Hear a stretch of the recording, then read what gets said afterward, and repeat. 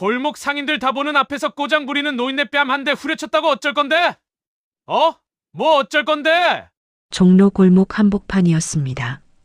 40년 세월이 켜켜이 쌓인 수제화 공방의 유리창이 박살난 자리에 철거 용역들이 내팽개친 가죽 조각들이 흩어져 있었죠. 구두장인 김순덕, 70살의 그 여인이 망가진 가죽을 두 손으로 끌어안고 몸을 일으키려는 순간이었습니다. 조태길의 손바닥이 뺨을 가른 건 주변 상인들은 숨을 죽였고 용역들은 낄낄거렸습니다. 아무도 나서지 못했습니다. 그 누구도. 바로 그때 골목 입구에서 차 한 대가 멈춰 섰습니다. 뒷문이 열리고 정장 차림의 여자가 내렸습니다. 서류 봉투를 쥔 손이 잠깐 흔들렸다 싶더니 다음 순간 그 여자는 조태기를 향해 곧장 걸어갔죠. 그리고 거침없이 뺨을 올려붙였습니다. 합의는 없습니다. 국내 1위 로펌, 태산의 에이스 파트너 변호사. 그 여자는 바로 김순덕의 며느리였습니다. 과연 서지아는 어떻게 철거 세력을 파멸로 이끌었을까요? 지금부터 자본과 법이 합쳐진 가장 완벽한 복수극이 시작됩니다. 여러분의 구독과 좋아요가 이 이야기를 이어가는 힘이 됩니다. 이 이야기는 서울 종로구 골목의 한 수제화 장인의 실화를 바탕으로 각색한 사연입니다. 새벽 5시 종로구 수제화 골목에 가장 먼저 불이 켜지는 곳이 있었습니다.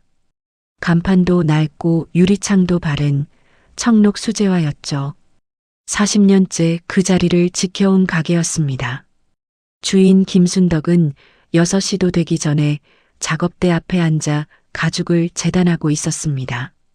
70살이 된 지금도 손목의 힘은 20대 시절과 다르지 않았죠. 아니, 40년이 쌓인 손의 감각은 어떤 기계로도 흉내낼 수 없는 것이었습니다. 이 가죽은 오른발이 조금 더 넓어. 여기서 2mm 더 틔워야 발등이 안 조여. 중얼거리며 재단 가위를 놀리는 순덕의 손가락 마디마디에는 오랜 세월의 흔적이 새겨져 있었습니다. 굳은 살과 칼자국, 이따금 남은 가죽 염료의 검은 얼룩까지. 고급 백화점에 진열된 구두 한 켤레가 수백만 원을 호가하는 세상이 됐지만 순덕이 만드는 구두 한 켤레의 가격은 여전히 그 절반도 되지 않았습니다. 이윤보다는 사람의 발에 맞는 구두를 짓는 일 자체가 순덕에게는 이유였으니까요. 골목에는 청록 수제화 말고도 30년 넘게 자리를 지켜온 가게들이 줄지어 있었습니다. 구두 수선집, 가죽 공예 공방, 수제 가방 가게. 서울 한복판에서 젠트리피케이션의 파도를 버텨온 사람들이었죠. 하지만 그 파도는 이제 골목 입구까지 밀려들어 와 있었습니다. 골드파크 개발이라고 적힌 현수막이 골목 어귀에 걸린 것이 어느새 2달째였습니다. 조태길. 순덕은 그 이름을 처음 들었을 때 별다른 감흥이 없었습니다. 개발업자가 한두 명이던가요? 10년 사이에 이 골목을 노린 작자들만 해도 손가락으로 다 꼽을 수 없을 정도였죠. 그때마다 상인들이 힘을 모아 버텨냈고 결국 떠난 건 개발업자들이었습니다. 하지만 이번은 달랐습니다. 조태길은 처음부터 달랐어요. 그가 처음 골목에 나타난 건 2달 전이었습니다. 말쑥하게 차려입은 정장, 금태 시계, 그리고 뒤를 따라다니는 체격 좋은 남자들 서너 명. 겉으로 보면 제법 고급스러운 차림이었지만 눈빛만큼은 달랐습니다. 순덕은 40년 장사를 하며 사람의 눈을 읽는 법을 배웠죠. 조태길의 눈에는 협상의 여지가 없었습니다. 저 사람은 처음부터 내보내는 것만 생각하는 자다.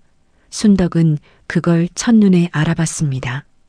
조태길은 처음에는 이른바 합리적인 제안으로 시작했습니다. 상가 보상비, 이전 지원금, 우선 입점권. 숫자만 보면 나쁘지 않아 보이는 제안이었죠. 하지만 그 계약서를 꼼꼼히 읽어본 순덕은 코웃음을 쳤습니다. 보상비는 시세의 절반도 안 됐고 이전 지원금이라는 건 3년 후 돌려줘야 하는 대출이었으며 우선 입점권은 임대료가 지금의 3배나 되는 신축 건물 구석 자리였습니다. 40년을 이 자리에서 버텨온 사람에게 그런 서류를 들이밀다니. 순덕은 서류를 돌려주고 작업실로 돌아갔습니다. 그때부터 조태길의 방식이 바뀌었습니다. 먼저 소방 안전 점검이었습니다. 구청 직원처럼 생긴 남자들이 나타나 골목 상가들을 돌며 소화기 위치, 비상구 폭, 전기 배선 상태를 꼬치꼬치 따지기 시작했죠. 당연히 낡은 가게들마다 지적사항이 한두 개씩 나왔습니다. 과태료 고지서가 날아들었습니다. 청록 수제화도 예외가 아니었어요. 작업실 천장 전선이 오래됐다는 이유로 50만 원짜리 과태료가 붙었습니다. 다음은 불법 증축 시비였습니다. 30년 전에 원래 가게 앞에 조금 내어 쌓은 처마, 그것이 불법 증축이라며 이행 강제금이 부과됐습니다. 가게 앞에 내놓은 신발 진열대가 보도 침범이라며 단속 공무원이 찾아왔습니다. 하나하나는 사소한 일처럼 보였지만 그것이 한꺼번에 쏟아지자 상인들은 하나둘 지쳐갔습니다. 결국 석 달도 안 되어 골목에서 세 곳이 문을 닫았습니다. 순덕은 버텼습니다. 과태료는 냈습니다. 처마도 뜯어냈습니다. 진열대도 치웠습니다. 하지만 공방 문만은 닫지 않았죠. 새벽 5시에 불을 켜는 습관도 바꾸지 않았습니다. 그 완고한 버팀이 조태길의 눈에 가시가 됐습니다. 그날 아침 이른 시간부터 골목 어귀에 트럭 2대가 멈춰 섰습니다. 용역 남자들이 우르르 내렸습니다. 작업복 차림이었지만 연장보다는 팔뚝을 앞세운 자들이었죠. 순덕이 작업실 창문 너머로 그 광경을 바라보는 동안 조태길이 차에서 내려 양손을 바지 주머니에 찌른 채 걸어왔습니다. 그 눈빛은 2달 전과 달라져 있었습니다. 협상의 흔적은 완전히 사라졌고 남은 건 오직 조급함과 적이뿐이었습니다. 순덕은 작업 가죽을 내려놓고 앞치마를 벗었습니다. 천천히 공방 문을 열고 나섰죠. 골목 상인들도 하나둘 가게 앞으로 나와 상황을 지켜봤습니다. 조태길이 용역들에게 눈짓을 주는 것과 공방 유리문이 쾅 열리는 것이 거의 동시였습니다. 다 치워. 가죽이고 뭐고 다 밖으로 끌어내. 용역들이 작업대 위에 가죽 원단을 바닥으로 집어던졌습니다. 정성스럽게 재단해둔 재료들이 먼지 쌓인 골목 바닥에 내팽개쳐졌죠. 순덕이 뛰어들어가 가죽을 끌어안았습니다. 안 됩니다. 이건 손님 주문 맞춤 가죽이요. 이러면 안 됩니다. 목소리가 떨렸지만 몸은 물러서지 않았습니다. 조태길이 천천히 걸어와 순덕을 내려다봤습니다. 할머니, 이 골목 떠나기 싫어? 그럼 진작 사인했어야지. 뭘 기다렸어, 대체? 내 가게 내가 지키는 게 무슨 잘못입니까? 잘못? 잘못이지. 일 복잡하게 만드는 게 잘못이야. 그 말이 끝나기 무섭게 조태길의 손이 허공을 갈랐습니다. 손바닥이 순덕의 뺨을 가르는 소리가 골목 전체에 울렸습니다. 상인들 중 누구도 소리를 내지 못했습니다. 숨소리조차 사라진 듯한 침묵이었죠. 순덕은 비틀거렸지만 쓰러지지 않았습니다. 뺨에 손을 가져다 댄 채 눈물 한 방울 흘리지 않고 조태길을 바라봤습니다. 바로 그 순간이었습니다. 골목 입구 검은 차의 뒷문이 열렸습니다. 네이비 정장을 입은 여자가 내렸습니다. 손에는 두툼한 서류 봉투가 들려 있었죠. 서지안, 순덕의 며느리였습니다. 서지안의 두 눈이 그 장면 전체를 낱낱이 담았습니다. 뺨을 맞은 시어머니, 바닥에 흩어진 가죽들, 낄낄거리는 용역들, 그리고 조태길. 서지아는 서류 봉투를 조수석 위에 내려놓고 걸음을 옮겼습니다. 천천히 그러나 조금도 망설임이 없는 발걸음으로 조태길 앞에 섰습니다. 그리고 아무 말도 없이 거침없이 손을 올렸습니다. 합의는 없습니다. 서지안의 목소리는 낮고 또렷했습니다. 감정이 없는 것처럼 들렸지만 그 안에 담긴 온도는 차가움을 넘어선 무언가였습니다. 조태길이 뺨을 감싸쥐며 서지안을 노려봤습니다. 서지안은 명함 한 장을 꺼내 조태길의 가슴팍에 붙였습니다. 법무법인 태산, 파트너 변호사 서지안. 조태길은 명함을 집어들고 한참을 들여다봤습니다. 법무법인 태산, 국내 1위 로펌, 변호사 업계에서 모르는 사람이 없는 이름이었죠. 하지만 조태길의 얼굴에는 당황함보다 비웃음이 먼저 떠올랐습니다.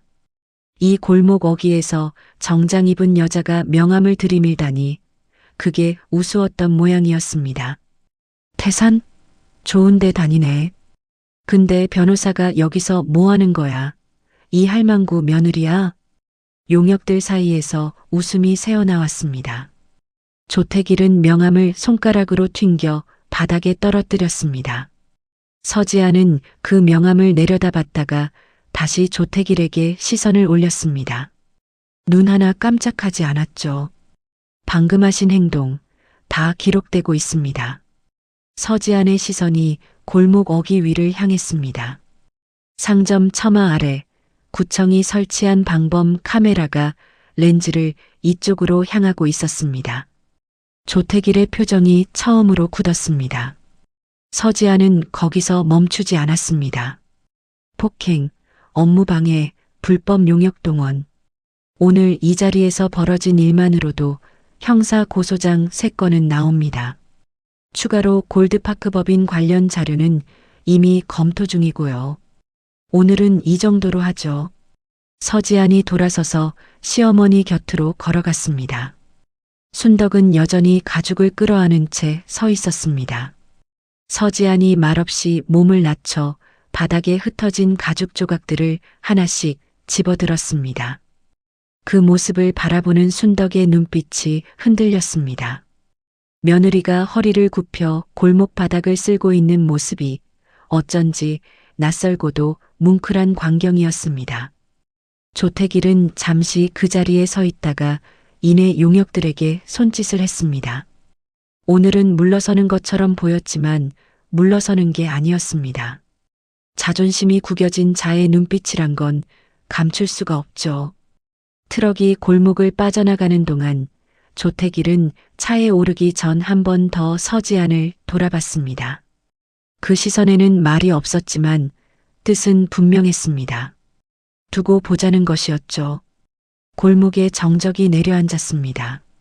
상인들이 하나둘 가게 안으로 들어가고 청록 수제화 앞에는 순덕과 서지안만 남았습니다. 서지안이 모아둔 가죽들을 작업대 위에 조심스럽게 올려놓았습니다. 순덕은 그것을 받아 하나하나 상태를 살폈죠. 다행히 크게 손상된 것은 없었습니다. 먼지만 털어내면 쓸 수 있는 것들이었어요. 어머니, 오늘 맞은 데 많이 아프세요? 서지안이 물었습니다. 담담한 목소리였지만 시선은 순덕의 뺨에 고정돼 있었습니다. 순덕은 손을 저었습니다. 괜찮아. 이까짓 거. 근데 지안아, 너 어쩐 일이야 갑자기. 가처분 신청 서류 들고 왔다가 그 장면 봤습니다.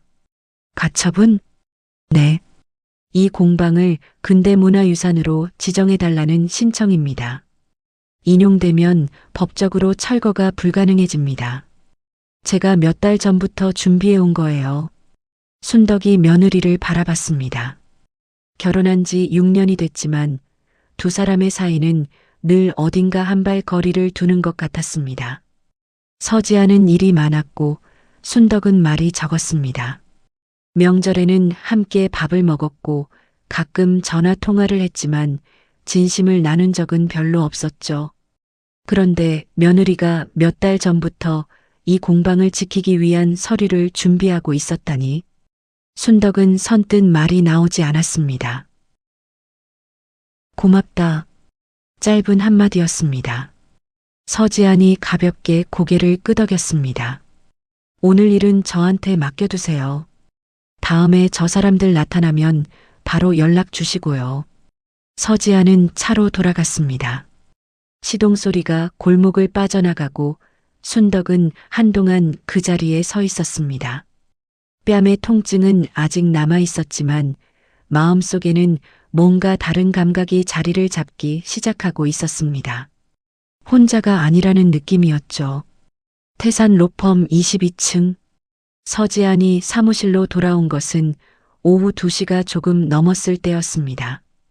비서가 회의 일정을 보고하는 동안 서지안은 코트를 벗으며 이미 다른 생각을 하고 있었습니다.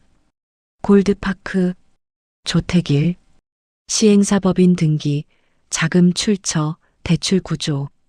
머릿속에서 파일들이 빠르게 펼쳐졌죠. 이 팀장, 골드파크 개발법인 기업조사 요청해줘. 등기부터 금융거래 내역 추적 가능한 범위까지. 그리고 오늘 종로 현장 CCTV 영상, 구청 통해서 보존 요청 넣어. 알겠습니다, 변호사님. 그리고 오늘 오전에 박수석 변호사님이 찾으셨습니다. 서지안이 잠깐 걸음을 멈췄습니다. 박수석은 태산 로펌의 공동대표이자 서지안의 직속 상급자였습니다. 좋은 의미로 찾을 이유는 많지 않은 사람이었죠. 모레, 오늘 저녁 식사 자리 함께 하자고요. 골드파크 관련 얘기가 있는 것 같다고 하셨습니다. 서지안의 눈이 가늘어졌습니다. 골드파크. 오늘 골목에서 조태길과 마주친 날 공교롭게도 로펌 대표가 같은 이름을 꺼냈습니다. 우연이라고 보기엔 묘한 타이밍이었습니다. 저녁 자리는 광화문 근처 일식집이었습니다. 박수석은 이미 자리를 잡고 앉아 있었습니다. 60 초반의 나이에 백발이 성성한 남자였는데 이 업계에서 30년을 버텨온 사람 특유의 여유가 있었습니다. 서지안이 앉자 박수석은 술을 한 잔 따르며 먼저 입을 열었습니다. 골드파크 조태길 대표 알지? 오늘 직접 만났습니다. 박수석의 눈썹이 올라갔습니다. 어떻게? 저희 어머니 공방에 용역을 끌고 와서 난장판을 만들었습니다. 어머니 뺨도 때렸고요. 잠시 침묵이 흘렀습니다. 박수석이 술잔을 내려놓으며 낮은 목소리로 말했습니다. 서 변호사, 그 사람 건드리지 마. 무슨 말씀이신지. 골드파크, 우리 로펌이 자문계약 맺고 있어. 조태길이 우리 고객이야. 이해 충돌 생기면 곤란해. 서지안은 잠시 박수석을 바라봤습니다. 그리고 천천히 입을 열었습니다. 저는 이미 개인 사건으로 수임했습니다. 어머니가 저를 선임했고요. 공식으로 선임 계약서 작성했어? 오늘 작성할 겁니다. 박수석의 얼굴이 굳었습니다. 서지안은 일어서며 말했습니다. 수석님, 저는 어머니 공방이 무너지는 걸 보고 있을 생각 없습니다. 이해 충돌 문제는 제가 법적으로 검토하겠습니다. 일식집을 나서는 서지안의 발걸음은 흔들리지 않았습니다. 하지만 속은 달랐습니다. 조태길 뒤에 로펌이 있다는 건 이 싸움이 단순한 폭행 고소로 끝나지 않는다는 뜻이었습니다. 훨씬 더 크고 훨씬 더 복잡하고 어쩌면 자신의 커리어 전체가 걸린 싸움이 될 수도 있었죠. 그래도 괜찮았습니다. 서지안은 이미 결정을 내린 사람이었습니다. 골목 바닥에 흩어진 가죽을 말없이 주워 담던 그 순간 이미 돌아올 수 없는 선을 넘었습니다. 합의는 없다고 했습니다. 그 말은 조태길에게만 한 말이 아니었습니다. 자기 자신에게도 한 말이었죠. 다음 날 아침 서지안이 출근하자마자 한 일은 팀 회의 소집이었습니다. 태산 로펌 22층 소회의실, 서지안의 직속 팀원 4명이 자리를 잡았습니다. 이 팀장 이수혁, 조사 파트 박민정, 자료 분석 담당 최준호, 그리고 막내 권나래. 서지안이 화이트보드에 세 글자를 적었습니다. 골드파크. 오늘부터 이게 우리 팀 최우선 사건입니다. 어제 현장 CCTV 보존 요청은 됐죠? 네, 구청 담당자 통해서 30일 보존 요청 완료했습니다. 이수혁이 보고했습니다. 서지안이 고개를 끄덕이며 이어서 말했습니다. 골드파크 개발법인 등기 분석, 최준호 씨 맡아요. 설립 경위부터 자본금 변동 내역, 주주 구성 전부 다 뽑아줘요. 박민정 씨는 조택일 개인 이력 조사, 조폭 전력이 있다는 정황이 있으니까 과거 형사 기록 있으면 다 모아줘요. 권나래 씨는 종로구청 인허가 기록 전수 조사, 골드파크가 이 골목 관련해서 접수한 민원, 공문, 행정처분 요청 내역 전부 다 팀원들이 일제히 노트에 받아 적었습니다. 서지안이 마지막으로 이수혁을 받습니다. 이 팀장은 나랑 오늘 오후에 종로 골목 다시 갑니다. 어머니 공식 선임 계약서 작성하고 주변 상인들 피해 진술서도 받아와야 해요. 한 명이라도 더. 회의가 끝나고 팀원들이 각자 자리로 흩어지는 동안 서지안은 잠시 창밖을 내다봤습니다. 광화문 광장 너머로 종로 방향의 빌딩들이 줄지어 서 있었습니다. 저 골목 어딘가에 오늘도 어머니가 새벽부터 가죽을 재단하고 있겠죠. 그 생각이 서지안의 마음 한켠을 단단하게 조였습니다. 오후 2시 서지안과 이수혁이 청록 수제화에 도착했습니다. 순덕은 작업대에 앉아 구두 밑창을 두드리고 있었습니다. 어제 일이 없었던 것처럼 아무렇지 않은 얼굴이었죠. 뺨에 붉은 기운만이 아직 가시지 않고 남아 있었습니다. 서지안이 계약서를 꺼내 탁자 위에 펼쳐 놓았습니다. 어머니, 여기 서명해 주시면 됩니다. 제가 공식으로 어머니 사건 맡겠습니다. 순덕이 안경을 쓰고 계약서를 꼼꼼히 읽었습니다. 한 줄 한 줄 짚어 내려가는 그 모습이 서지안은 왠지 익숙하면서도 새로웠습니다. 장사를 40년 한 사람이었으니 서류 앞에서 함부로 도장을 찍지 않는다는 걸 알고는 있었지만 막상 보니 그 신중함이 새삼스러웠습니다. 수임료는 안 받습니다. 그건 안 되지. 일은 일이야. 어머니, 받아. 적게라도. 서지안이 잠깐 입을 다물었다가 말했습니다. 그럼 나중에 어머니 구두 한 켤레 만들어 주시면 됩니다.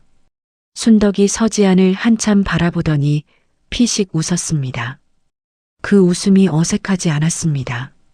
처음으로 두 사람 사이의 공기가 조금 달라진 순간이었습니다. 순덕이 볼펜을 들어 서명란에 이름을 적었습니다.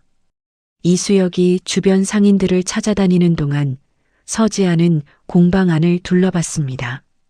벽 한쪽에 빼곡하게 걸린 구두 모형들, 손때 묻은 작업 도구들, 오래된 사진 몇 장.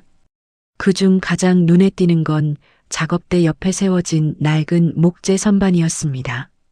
거기엔 완성된 구두 한 켤레가 놓여 있었는데 보는 것만으로도 공이 느껴지는 물건이었습니다. 저거 얼마나 걸린 거예요? 석 달. 석 달이요? 주문 들어오고 발 치수 재고 가죽 고르고 재단하고 꿰매고 다 손으로 하면 그 정도 걸려. 기계로 찍어내는 거랑 달라. 순덕이 덤덤하게 말했습니다. 서지안은 그 구두를 한동안 바라봤습니다. 40년을 이 자리에서 이렇게 만들어 온 것들. 그것을 뺏으려는 자들과 그것을 지키려는 싸움. 서지안의 머릿속에서 뭔가가 더 단단하게 자리를 잡았습니다. 그날 저녁 최준호가 골드파크 법인 분석 결과를 가져왔습니다. 서지안이 자료를 펼쳐보는 순간 눈이 멈췄습니다.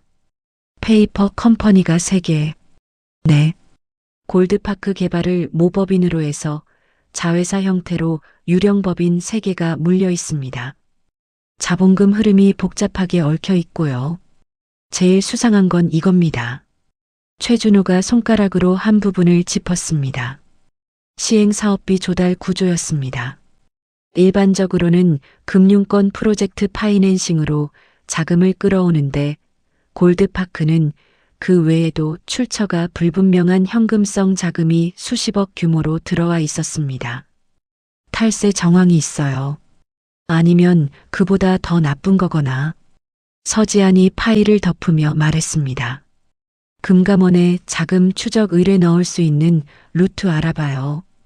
그리고 이 페이퍼 컴퍼니들 설립 당시 법인 대리인이 누구인지 다 뽑아줘요.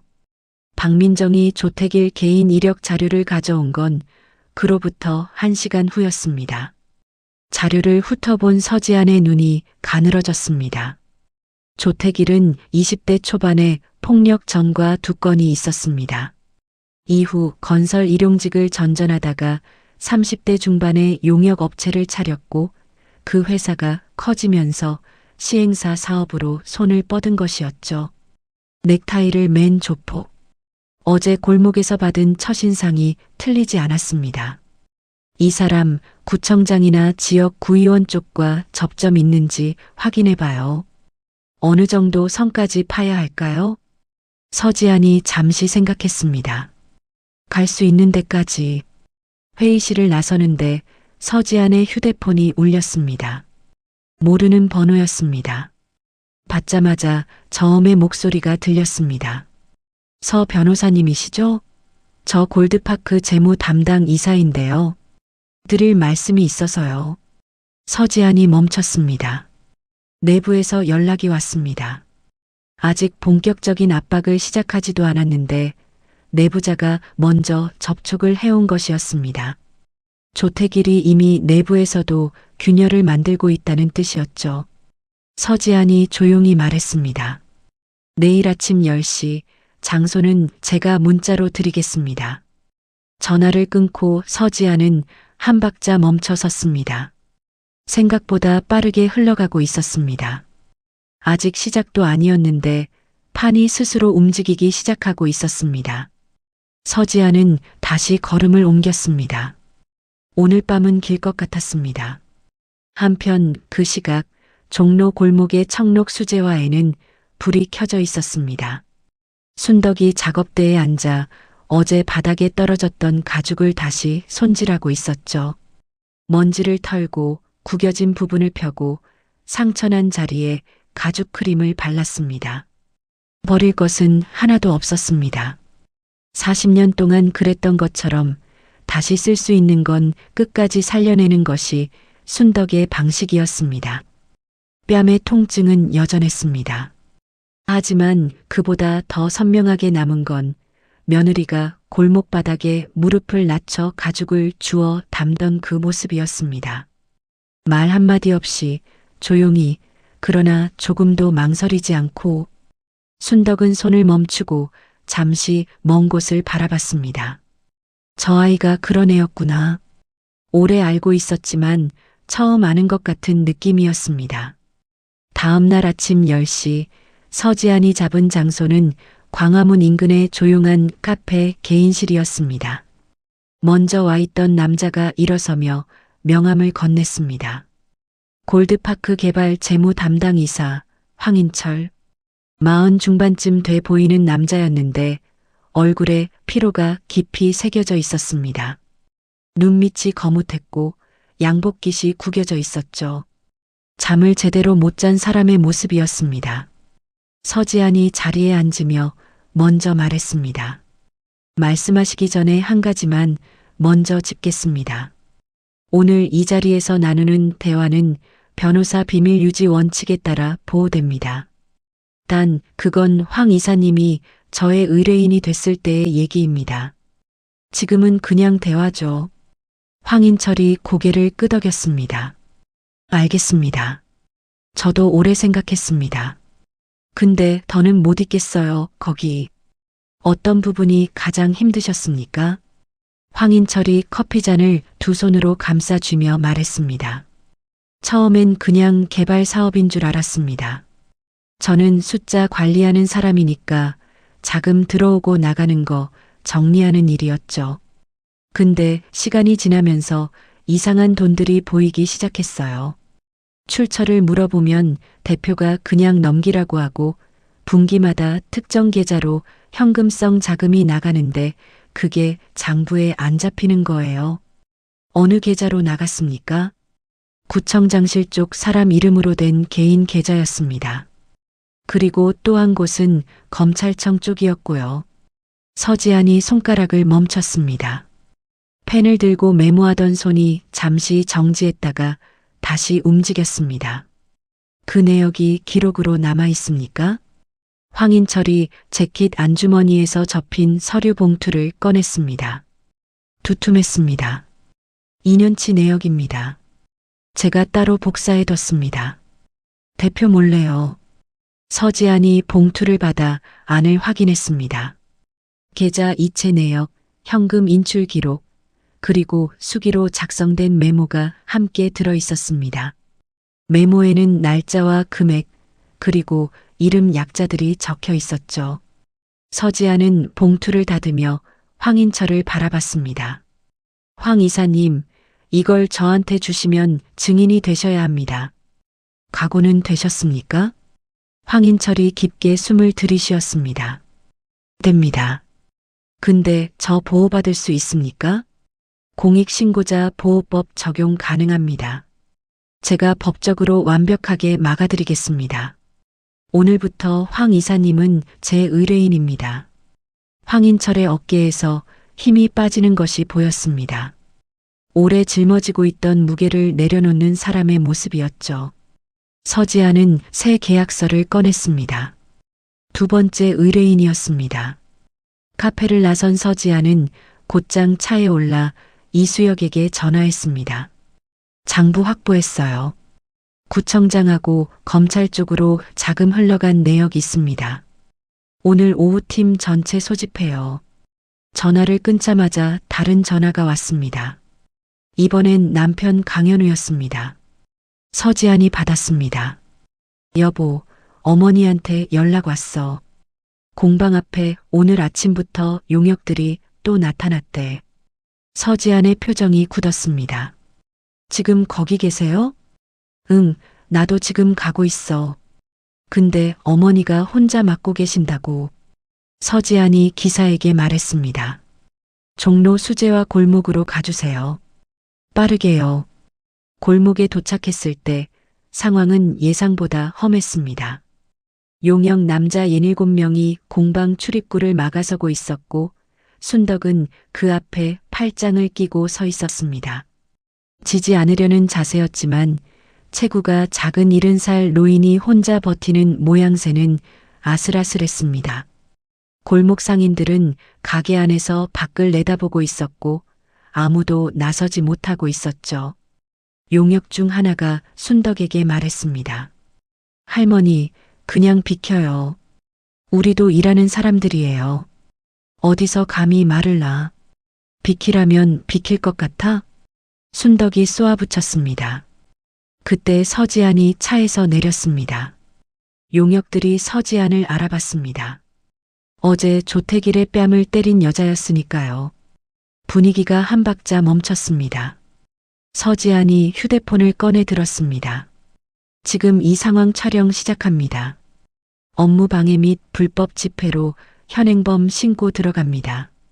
각자 이름이랑 소속 말씀해 주시면 고소장에 정확하게 넣겠습니다. 용역들이 서로 눈치를 봤습니다. 선뜻 나서는 사람이 없었죠. 잠시 후 남편 강현우가 골목 어귀에서 뛰어왔습니다. 38살 건축 설계 사무소에 다니는 평범한 남자였지만 어머니 앞에서만큼은 달랐습니다. 강현우가 어머니 곁에 섰습니다. 결국 용역들은 아무것도 하지 못하고 골목에서 빠져나갔습니다. 조태길이 직접 나타나지 않은 이상 현장에서 결정을 내릴 수 있는 사람이 없었던 것이죠. 상황이 정리되고 나서야 순덕이 숨을 골랐습니다. 강현우가 어머니의 손을 잡았습니다. 어머니, 괜찮으세요? 괜찮아. 이 정도 가지고. 순덕이 손을 빼며 말했지만 손이 미세하게 떨리고 있었습니다. 서지안이 그것을 봤습니다. 아무 말 없이 공방 안으로 들어가 의자를 꺼내 어머니 앞에 놓았습니다. 앉아 계세요.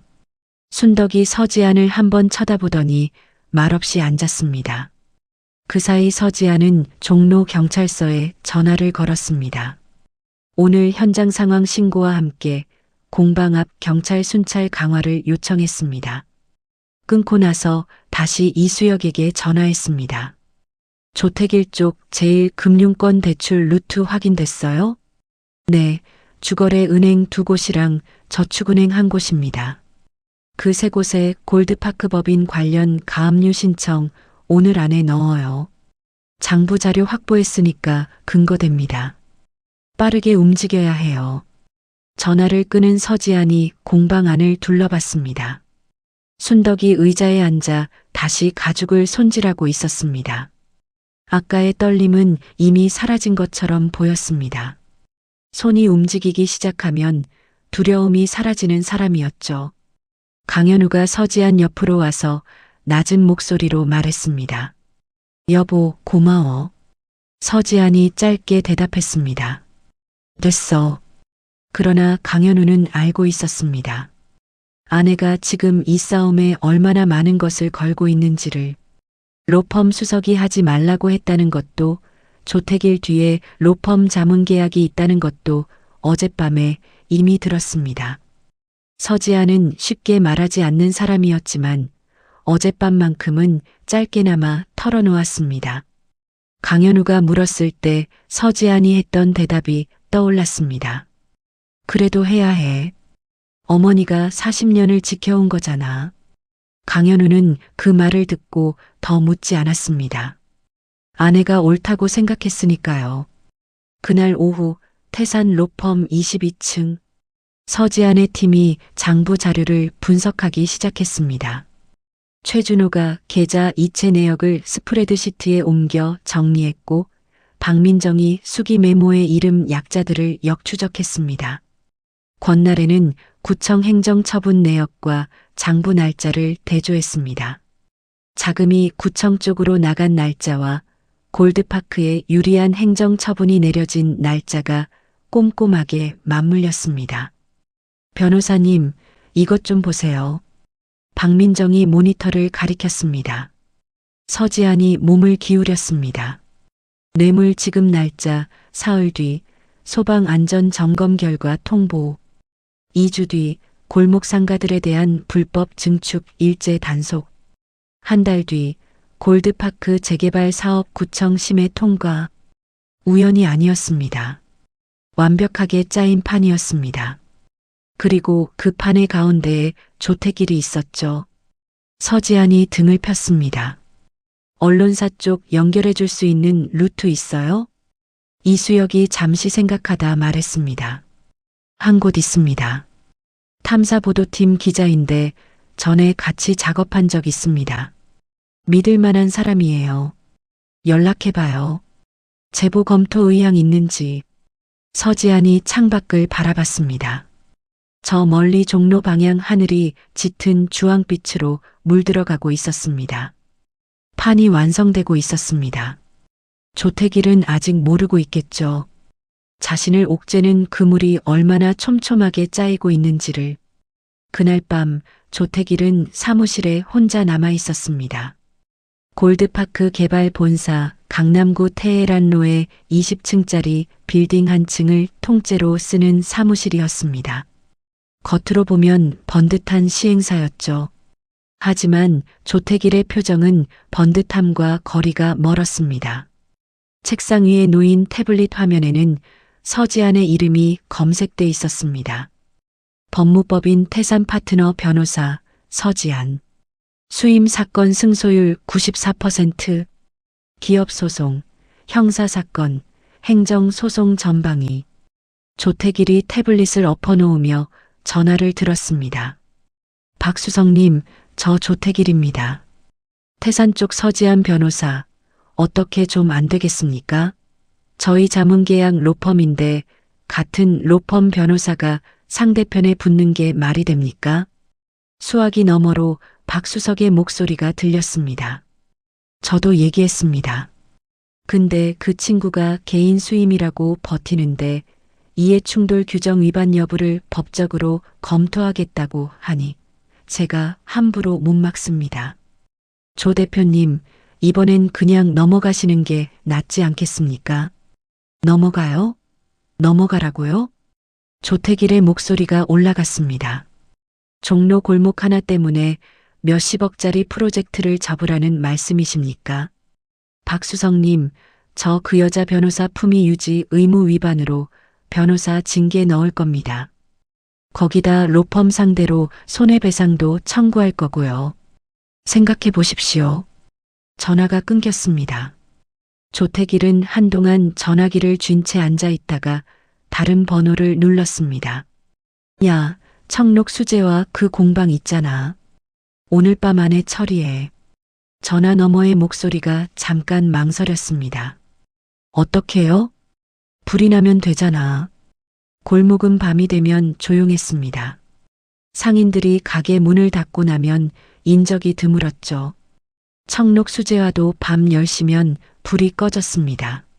순덕이 2층 살림집으로 올라가고 나면 공방은 혼자 어둠 속에 남았습니다.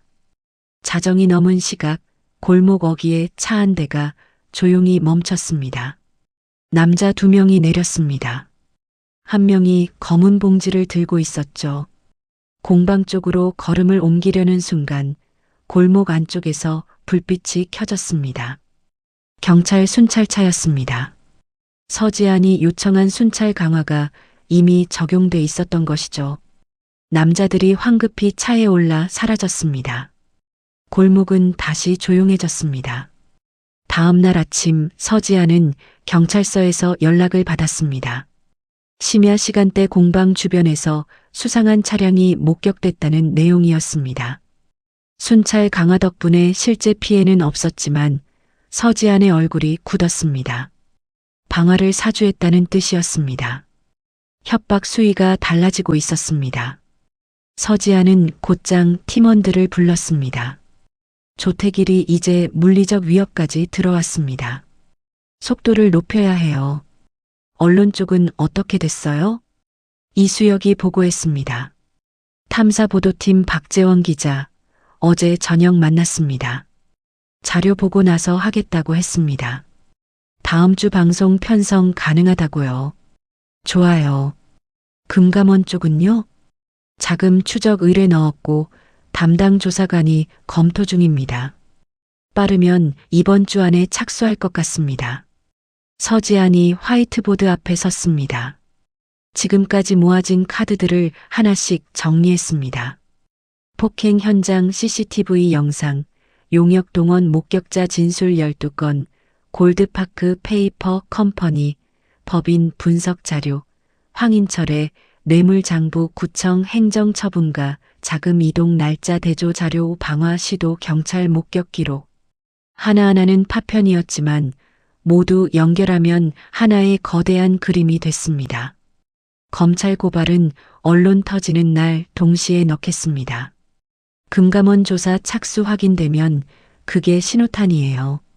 세 개가 같은 날 터져야 합니다. 팀원들이 일제히 고개를 끄덕였습니다. 서지안이 말을 이었습니다. 그 전에 조태길이 또 움직일 겁니다.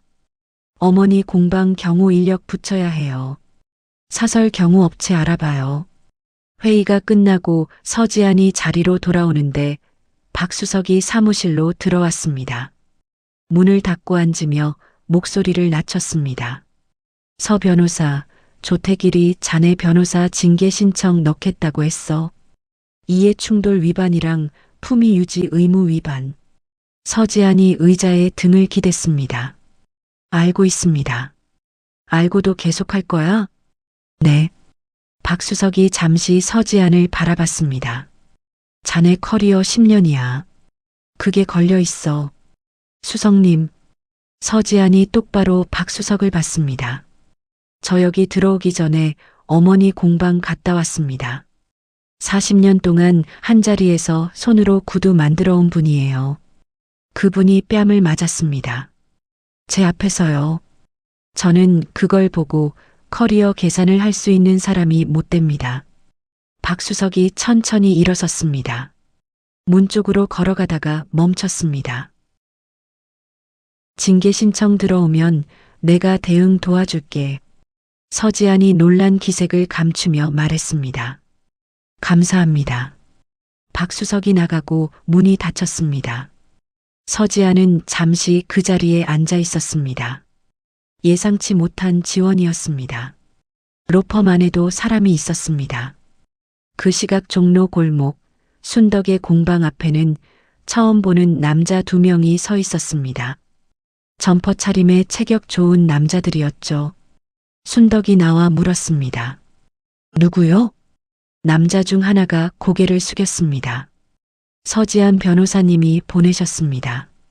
공방 안전 지키는 역할입니다. 순덕이 잠시 그 남자들을 바라봤습니다. 그리고 말없이 공방 안으로 들어갔다가 잠시 후 컵 2개에 커피를 담아 나왔습니다. 추운데 이거라도 마셔요. 남자들이 당황한 듯 고개를 숙이며 컵을 받았습니다. 순덕은 다시 공방으로 들어가 작업대에 앉았습니다. 가죽을 집어들었지만 한동안 손을 움직이지 않았습니다. 며느리가 경호 인력까지 붙여줬습니다. 말 한마디 없이 그냥 보내줬습니다. 지안이가 나를 지키고 있구나. 그 생각이 들자 40년 동안 혼자 버텨온 사람의 어딘가가 조용히 무너지는 것 같았습니다. 나쁜 의미가 아니었습니다. 혼자가 아니라는 게 이런 느낌이구나 싶었습니다. 순덕의 손이 다시 움직이기 시작했습니다. 가죽 위를 미끄러지는 손끝에 오늘은 평소와 다른 온기가 실려 있었습니다. 저녁 무렵 서지안에게 황인철에게서 문자가 왔습니다. 변호사님, 드릴 말씀이 하나 더 있습니다. 조 대표가 미랑 루트 알아보고 있다는 얘기가 들립니다. 내부에서 도는 소문입니다. 서지안이 문자를 읽고 이수혁에게 전화했습니다. 조택일 출국 금지 가처분 신청 오늘 밤 안에 넣어요. 전화를 끊고 서지안은 창밖을 바라봤습니다. 조택일이 도망을 생각하고 있다는 건 이미 스스로 끝을 감지하고 있다는 뜻이었습니다. 그물이 좁혀지고 있었습니다. 이제 조일 일만 남았습니다. 출국 금지 가처분 신청은 다음 날 오전에 인용됐습니다. 판사가 황인철의 진술서와 뇌물장부 사본을 검토한 뒤 즉각 결정을 내렸습니다. 조택일의 여권은 그날부로 사용이 정지됐습니다. 서지안은 결정문을 받아들고 잠깐 눈을 감았다가 떴습니다. 첫 번째 빗장이 걸렸습니다. 그러나 조택일도 가만히 있지 않았습니다. 출국 금지 소식을 들은 당일 오후 조택일은 태산 로펌 박수석에게 다시 전화를 걸었습니다. 이번엔 목소리가 달랐습니다. 협박이었습니다. 박수석님, 제가 그동안 태산 로펌의 자문료로 얼마를 들였는지 아시죠? 서지안 그 여자 당장 잘라내지 않으면 저 태산 이름 들어간 내부 자문 문건 전부 언론에 넘깁니다. 어떻게 되는지 보시죠. 박수석은 전화를 끊고 서지안을 불렀습니다. 내용을 전달받은 서지안이 짧게 말했습니다. 수석님, 그 통화 녹음하셨습니까? 박수석이 잠시 멈췄다가 말했습니다. 했어. 저한테 주시면 됩니다. 공갈 및 협박 혐의 추가됩니다. 박수석이 서지안을 바라봤습니다. 그리고 천천히 휴대폰을 꺼내 녹음 파일을 전송했습니다. 서지안이 파일을 받아 이수혁에게 바로 넘겼습니다. 고소장에 추가할 혐의가 하나 더 늘었습니다. 그날 저녁 서지안은 팀 전체를 회의실에 모았습니다. 화이트보드에 날짜 3개를 적었습니다. 디데이, 디데이 더하기 이틀, 디데이 더하기 사흘. 이번 주 목요일이 디데이입니다. 목요일 오전 6시 탐사보도팀 박재원 기자가 뉴스 메인으로 골드파크 비리 터뜨립니다. 같은 날 오전 9시 금감원 자금 추적 결과 공식 발표 예정입니다. 오전 10시 우리가 검찰청에 조태길 고발장 직접 접수합니다. 세 개가 같은 날 오차없이 맞물립니다. 팀원들이 숨을 들이켰습니다. 최준호가 손을 들었습니다. 변호사님, 언론이랑 금감원이랑 타이밍 맞추는 게 가능합니까? 이미 조율 끝났어요. 박재원 기자한테 금감원 발표 날짜 공유했고 금감원 담당 조사관한테는 언론 보도 예정일 알렸습니다. 서로 확인하고 맞춘 겁니다. 검찰 고발은 언론과 금감원이 동시에 터지는 날 접수하면 수사 착수 압박이 극대화됩니다. 이수혁이 자료를 넘기며 말했습니다. 고발장 초안 완성됐습니다. 혐의 목록입니다. 폭행, 업무방해, 불법 용역 동원, 뇌물공여, 탈세, 방화사주, 공갈 및 협박. 총 7가지입니다. 서지안이 고발장을 훑어봤습니다. 한 줄 한 줄이 조태길의 발목을 잡는 사슬이었습니다. 서지안이 펜을 들어 한 곳을 수정했습니다. 뇌물공여 대상에 구청장 실명 넣어요. 황 이사 진술서랑 장부 날짜, 대조자료 첨부하면 특정 가능합니다. 구청장까지 실명으로 넣으면 파장이 큽니다. 그래야죠. 조태길 혼자 엮는 게 목적이 아닙니다. 뒤를 봐준 사람들까지 전부 끌어내야 해요. 그래야 이 골목이 진짜 안전해집니다. 회의실이 잠시 조용해졌습니다. 서지안의 말이 단순한 법리 판단이 아니라는 걸 모두 느꼈습니다. 이건 처음부터 끝까지 한 사람의 공방을 지키기 위한 싸움이었습니다. 수요일 밤 서지안은 혼자 사무실에 남아 고발장 최종본을 검토했습니다. 자정이 넘어서야 펜을 내려놓았습니다. 그때 휴대폰이 울렸습니다. 순덕이었습니다. 이 시간에 어머니한테서 전화가 오는 건 처음이었습니다. 어머니, 무슨 일 있으세요? 아니야, 별일 없어. 불 켜져 있기에 전화했지. 아직도 이래? 서지안이 잠깐 창밖을 봤습니다. 공방 2층 살림집 창문에도 불이 켜져 있었습니다.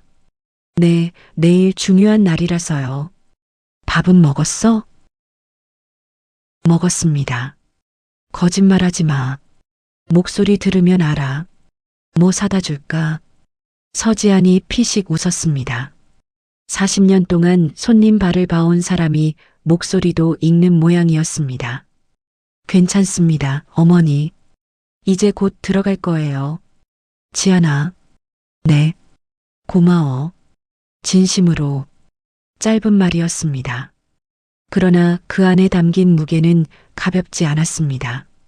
서지안이 잠시 말을 잇지 못했다가 대답했습니다. 저도요, 어머니. 전화가 끊겼습니다. 서지안은 한동안 휴대폰을 손에 쥔 채 앉아 있었습니다. 6년 동안 한 발 거리를 두고 살았던 두 사람이 이 싸움을 통해 조금씩 가까워지고 있었습니다. 말이 아니라 행동으로, 설명이 아니라 함께 버팀으로써 목요일 오전 5시 50분 서지안은 이미 사무실에 나와 있었습니다. 팀원들도 하나둘 출근했습니다. 6시 정각 탐사보도팀 박재원 기자의 뉴스가 포털 메인을 뚫고 올라왔습니다. 제목은 이것이었습니다. 골드파크 개발, 구청장의 2억 뇌물, 검찰의 5천만 원 로비, 장부 단독 입수. 최준호가 모니터를 가리키며 말했습니다. 떴습니다. 서지안이 기사를 펼쳤습니다. 황인철의 장부 내용이 구체적인 날짜와 금액과 함께 기사화돼 있었습니다. 구청장 이름, 검찰 관계자 이름, 골드파크 자금 흐름 전체가 낱낱이 펼쳐졌습니다. 기사 하단에는 골목 상인들의 피해 증언과 함께 순덕의 뺨을 맞는 장면이 담긴 CCTV 캡처 화면이 실려 있었습니다. 포털 댓글이 순식간에 수천 개가 달렸습니다. 공유수가 폭발적으로 올라갔습니다. 다른 언론사들이 후속 보도를 쏟아내기 시작했습니다. 6시 20분 골드파크 사옥 앞에 카메라를 든 기자들이 모여들었다는 연락이 왔습니다. 오전 9시 금감원이 골드파크 법인 자금 추적 결과를 공식 발표했습니다. 출처 불명 자금 57억 원, 페이퍼 컴퍼니 3곳을 통한 불법 자금 세탁 정황, 탈세 규모 추정 32억 원. 숫자들이 뉴스 자막을 타고 전국으로 흘러나갔습니다. 오전 10시 서지안이 이수혁과 함께 서울중앙지검 민원실에 들어섰습니다. 고발장을 접수 창구에 올려놓았습니다. 담당 직원이 서류를 받아들고 혐의 목록을 훑어보더니 잠시 멈칫했습니다. 혐의가 7가지입니다. 네, 맞습니다. 서지안이 담담하게 말했습니다. 직원이 접수 도장을 찍었습니다. 그 소리가 서지안의 귀에 또렷하게 박혔습니다. 밖으로 나오며 이수혁이 말했습니다. 변호사님, 이제 시작됐습니다. 서지안이 하늘을 한번 올려다봤습니다. 맑았습니다. 그리고 말했습니다. 아니요. 이제 끝나가는 겁니다. 고발장이 접수된 그날 오후부터 세상이 빠르게 움직이기 시작했습니다. 서울중앙지검이 골드파크 사건을 전담팀에 배당했다는 소식이 오후 2시에 들어왔습니다. 이수혁이 달려와 보고했을 때 서지안은 이미 알고 있다는 듯 고개를 끄덕였습니다. 언론과 금감원이 동시에 터진 날 고발장까지 들어왔으니 검찰로서도 움직이지 않을 수 없는 상황이었습니다. 여론이 이미 불길처럼 번지고 있었으니까요. 오후 4시 검찰 압수수색팀이 골드파크 사옥에 들이닥쳤습니다. 뉴스 카메라들이 그 장면을 생중계했습니다. 검은 조끼를 입은 수사관들이 박스를 들고 건물을 드나드는 모습이 포털 메인을 장식했습니다. 댓글창은 이미 폭발 직전이었죠. 시민들의 분노가 숫자로 쏟아졌습니다. 공유수 30만, 댓글 5만 개. 골목 상인들의 피해 이야기와 순덕의 CCTV 장면이 반복해서 재생됐습니다. 그 시각 조태길은 사무실이 아니었습니다. 압수수색 소식을 듣고 이미 자리를 피한 뒤였습니다.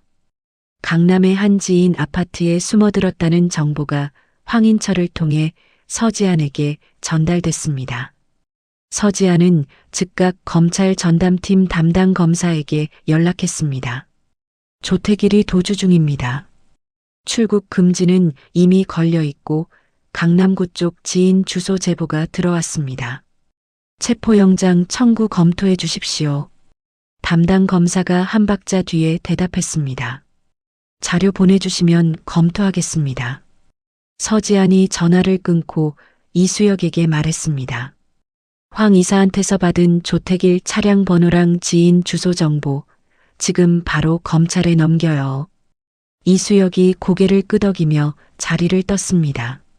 서지안은 잠시 눈을 감았습니다. 지금 이 순간 얼마나 많은 일이 동시에 굴러가고 있는지를 머릿속으로 정리했습니다. 언론 후속 보도, 금감원 추가 조사, 검찰 압수수색, 조태길 도주 추적, 구청장 소환 가능성. 하나하나가 거대한 파도였고 그 파도들이 한꺼번에 조태길을 향해 밀려들고 있었습니다. 저녁 7시 뉴스에서 구청장이 긴급 기자회견을 열었습니다. 골드파크와의 관계를 전면 부인하는 내용이었습니다.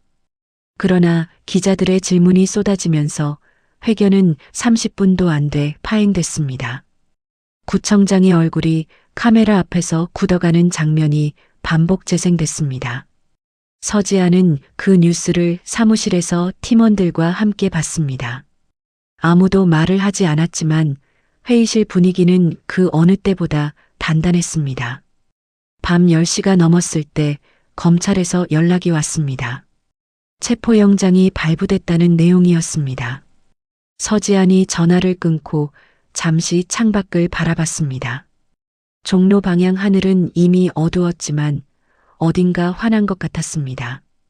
다음 날 새벽 조태길은 강남구 도곡동의 한 아파트에서 체포됐습니다. 수사관들이 문을 두드리는 소리에 잠에서 깬 조태길이 창문으로 도주를 시도했지만 이미 건물 출구마다 수사관이 배치돼 있었습니다. 도망갈 곳이 없었습니다. 수갑이 채워지는 장면을 아파트 주민 한 명이 촬영해 온라인에 올렸고 그 영상은 1시간 만에 100만 뷰를 넘겼습니다. 오전 10시 조태길이 포토라인에 섰습니다. 검찰청 정문 앞이었습니다.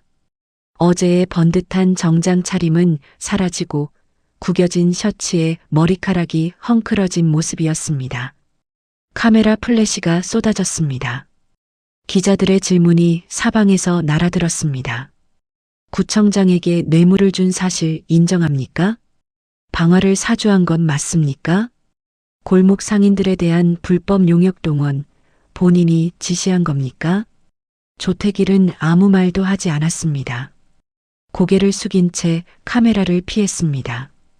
불과 며칠 전 종로 골목에서 70살 장인의 뺨을 때리며 아무도 어쩌지 못할 것처럼 굴던 그 사람이 맞는지 의심스러울 정도였습니다. 서지아는 그 장면을 포토라인 맞은편에서 바라봤습니다. 이수혁이 옆에 서 있었습니다. 조태길이 포토라인을 지나 청사 안으로 끌려 들어가려는 순간 서지안이 앞으로 걸어 나갔습니다. 수사관이 잠깐 막으려 했지만 서지안이 신분을 밝혔습니다. 조태길과 눈이 마주쳤습니다. 조태길의 눈에 처음으로 두려움이 보였습니다. 분노도 오만함도 아니었습니다. 그 두 눈 안에는 자신이 어디까지 추락했는지를 직면한 사람의 공허함이 가득했습니다. 서지안이 낮고 또렷하게 말했습니다. 합의는 없다고 했습니다. 조태길이 아무 말도 하지 못했습니다. 수사관이 그를 이끌고 청사 안으로 들어갔습니다. 문이 닫혔습니다. 서지안은 그 닫힌 문을 잠시 바라봤다가 돌아섰습니다. 이수혁이 말했습니다. 끝났습니다, 변호사님. 서지안이 걸음을 옮기며 말했습니다. 아직요. 가처분 결과 나와야 끝나는 겁니다. 그날 오후 구청장이 검찰에 자진 출두했습니다. 변호인을 대동한 채였지만 표정은 이미 굳어 있었습니다. 뒤를 봐주던 검찰 관계자도 감찰 대상에 올랐다는 소식이 오후 늦게 들어왔습니다. 골드파크 재개발 프로젝트는 구청 심의 자체가 직권으로 보류됐습니다. 서울시가 직접 나서서 해당 프로젝트 전면 재검토를 지시했습니다. 종로 골목의 재개발 계획은 사실상 공중 분해됐습니다. 저녁 무렵 서지안이 종로 골목에 도착했습니다. 공방 앞에 사람들이 모여 있었습니다. 골목 상인들이었습니다. 뉴스를 보고 하나둘 나온 것이었죠. 구두 수선집 주인 아저씨, 가죽 공예 공방의 젊은 부부, 수제 가방 가게 할머니, 오랫동안 함께 이 골목을 지켜온 사람들이었습니다. 서지안을 보자 몇몇이 박수를 쳤습니다. 서지안이 손을 저었습니다. 제가 한 게 아닙니다. 여러분이 버텨온 겁니다. 순덕이 공방 문을 열고 나왔습니다. 서지안과 눈이 마주쳤습니다. 두 사람은 말이 없었습니다. 말이 필요 없었습니다. 순덕이 서지안의 손을 잡았습니다. 굳은 살 박인 장인의 손이었습니다. 서지안이 그 손을 마주 잡았습니다. 골목에 어둠이 내려앉았지만 청록 수제화의 불빛은 어느 때보다 환하게 켜져 있었습니다. 법원의 가처분 결정이 나온 것은 조태길이 포토라인에 선 지 열흘 후였습니다. 서지안이 몇 달 전부터 준비해온 서류들, 40년의 역사를 담은 자료들, 수제화 골목의 문화적 가치를 입증하는 전문가 감정서들이 판사의 책상 위에서 마침내 제 역할을 다한 날이었습니다. 결정문은 단 두 줄로 시작됐습니다. 청록 수제화 및 인근 수제화 골목 일대를 근대문화유산 보호구역으로 지정하는 가처분을 인용한다. 해당 구역 내 철거 및 개발 행위를 전면 금지한다. 이수혁이 결정문을 들고 서지안의 사무실로 뛰어들어왔을 때 서지안은 자리에서 일어나지 않았습니다. 서류를 받아들고 처음부터 끝까지 천천히 읽었습니다. 한 줄 한 줄이 눈에 들어올 때마다 가슴 어딘가에서 뭔가가 조용히 풀리는 느낌이었습니다. 몇 달 동안 팽팽하게 당겨져 있던 줄이 비로소 내려앉는 것 같았죠. 수고했어요, 다들. 서지안이 결정문을 내려놓으며 말했습니다. 팀원들이 각자 안도의 숨을 내쉬었습니다. 권날에는 눈이 빨개져 있었고 최준호는 괜히 모니터를 들여다보며 감정을 감췄습니다. 이수혁이 피식 웃으며 말했습니다. 변호사님, 이제 진짜 끝났습니다. 서지안이 자리에서 일어서며 코트를 집어들었습니다. 저 잠깐 나갔다 올게요. 어디 가는지 묻는 사람은 없었습니다. 모두 알고 있었습니다. 종로 골목에 도착했을 때는 오후 3시가 조금 넘은 시각이었습니다. 평일 낮이었지만 골목은 생각보다 활기가 있었습니다. 뉴스가 퍼진 이후로 골목을 찾는 사람들이 늘어났습니다. 구경 온 시민들도 있었고 취재를 나온 기자들도 있었고 오래된 단골 손님들도 있었습니다. 청록 수제화 앞에도 몇 명이 서서 진열된 구두를 들여다보고 있었습니다. 서지안이 공방 문을 열었습니다. 순덕은 작업대 앞에 앉아 가죽을 두드리고 있었습니다. 손님들이 구경하는 것도 아랑곳하지 않고 언제나 그랬던 것처럼 자기 일에 집중하고 있었죠. 서지안이 들어서는 소리에 순덕이 고개를 들었습니다. 왔어? 네. 서지안이 결정문을 꺼내 작업대 위에 올려놓았습니다. 순덕이 안경을 쓰고 서류를 들었습니다. 읽는 동안 아무 말이 없었습니다. 다 읽고 나서도 잠시 침묵이 흘렀습니다. 순덕이 안경을 벗으며 말했습니다. 이제 못 뺏어가는 거야? 네. 법적으로 영원히 보호됩니다. 순덕이 결정문을 손에 쥔 채 한동안 작업대 위의 가죽을 바라봤습니다. 40년이었습니다. 새벽 5시에 불을 켜고 손이 굳어가고 무릎이 시려오고 그래도 한자리에서 버텨온 40년. 그 세월이 이제 법의 이름으로 지켜지게 됐습니다. 순덕의 눈가가 붉어졌습니다. 하지만 눈물은 흘리지 않았습니다. 평생 눈물을 아껴온 사람이었습니다. 지안아, 내 어머니, 앉아봐. 순덕이 옆 의자를 가리켰습니다. 서지안이 코트를 벗고 앉았습니다. 순덕이 서랍에서 가죽 크림 하나를 꺼냈습니다. 그리고 작업대 위에 놓인 구두 한 짝을 서지안 앞으로 밀었습니다. 이거 닦아봐. 서지안이 구두를 바라봤습니다. 그리고 크림을 손가락에 덜어 가죽 위에 올렸습니다. 처음 해보는 일이었습니다. 어떻게 힘을 줘야 하는지, 어느 방향으로 문질러야 하는지 아무것도 몰랐습니다. 어색하게 손을 움직이자 순덕이 옆에서 손을 잡아 방향을 잡아줬습니다. 힘 빼. 가죽은 억지로 누르면 안 돼. 결 따라가야 해. 서지안이 힘을 빼고 다시 손을 움직였습니다. 크림이 가죽에 스며들기 시작했습니다. 낡고 바랜 가죽이 조금씩 빛을 되찾았습니다. 서지안이 그 변화를 가만히 바라봤습니다. 이상하게 마음이 차분해지는 느낌이었습니다. 수백 장의 서류를 다루고 수십 통의 전화를 받고 수개월을 팽팽한 긴장 속에 살아온 사람이 처음으로 완전히 다른 속도를 경험하고 있었습니다. 어머니는 40년 동안 이걸 하셨던 거예요? 그래. 처음엔 나도 이랬어. 손이 말을 안 들어서 가죽만 버렸지. 언제부터 잘하게 됐어요? 순덕이 잠깐 생각하더니 말했습니다. 잘한다는 생각 없애고 나서. 서지안이 손을 멈추고 순덕을 봤습니다. 잘하려고 하면 힘이 들어가. 힘이 들어가면 가죽이 상해. 그냥 가죽이 원하는 대로 따라가면 돼. 그게 전부야. 서지안이 다시 손을 움직였습니다. 순덕의 말이 머릿속에서 천천히 펼쳐졌습니다. 가죽의 결을 따라가는 것, 억지로 누르지 않는 것, 그것이 40년 장인의 비결이었습니다. 그리고 어쩌면 지금까지 두 사람 사이의 거리를 만들었던 것도 서로 힘을 주고 있었기 때문이 아니었을까 하는 생각이 스쳤습니다. 1시간쯤 지났을까요? 구두 두 짝이 나란히 작업대 위에 놓였습니다. 서지안이 닦은 것과 순덕이 닦은 것이었습니다.